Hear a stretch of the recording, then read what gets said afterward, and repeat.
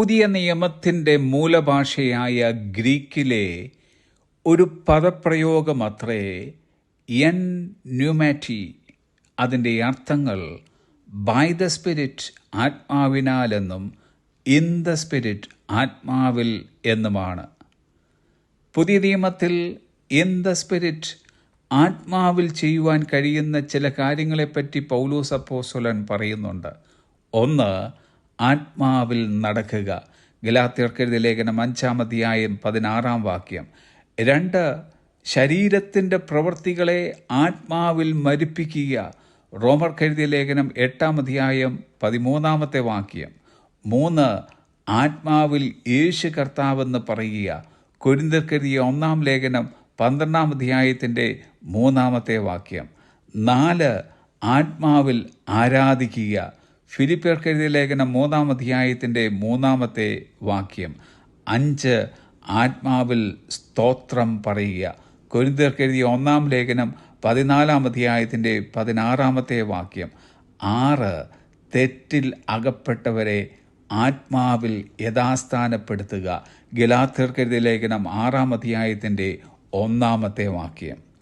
ആയതുപോലെ ആത്മാവിൽ ചെയ്യുവാൻ കഴിയുന്ന ഒരു കാര്യമത്രേ പ്രേ ഇൻ ദ സ്പിരിറ്റ്, ആത്മാവിൽ പ്രാർത്ഥിക്കുക.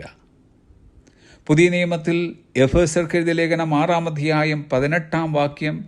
യൂദായുടെ ലേഖനം 20. കൊരിന്ത്യർക്കെഴുതിയ 1 ലേഖനം 14:15 എന്നീ 3 ഇടങ്ങളിൽ മാത്രമാണ് പ്രേ ഇൻ ദ സ്പിരിറ്റ്, ആത്മാവിൽ പ്രാർത്ഥിക്കുക എന്ന പദപ്രയോഗം കാണുന്നത്. പൗലോസ് പറയുന്നു, ഞാൻ ആത്മാവ് കൊണ്ട് പ്രാർത്ഥിക്കും, ബുദ്ധി കൊണ്ടും പ്രാർത്ഥിക്കും.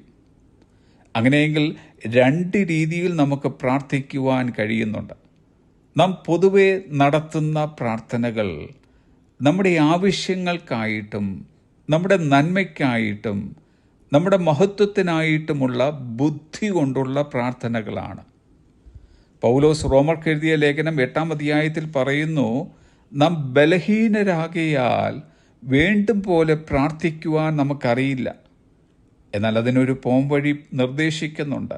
അതായത് നമ്മുടെ ബലഹീനതയ്ക്ക് തുണ നിൽക്കുന്ന ഉച്ചരിച്ചുകൂടാത്ത ഞരക്കങ്ങളാൽ നമുക്ക് വേണ്ടി പക്ഷവാദം ചെയ്യുന്ന ആത്മാവിൽ നമുക്ക് പ്രാർത്ഥിക്കുവാൻ കഴിയുമെന്നാണ്. ആത്മാവിൽ പ്രാർത്ഥിക്കുക എന്നതിന് പല വ്യാഖ്യാനങ്ങൾ പലരും നൽകുന്നുണ്ട്. ഒറ്റ വാക്കിൽ ഇതിൻ്റെ അർത്ഥമെന്നത് prayer in the spirit is a prayer whose supreme object is the glory of God.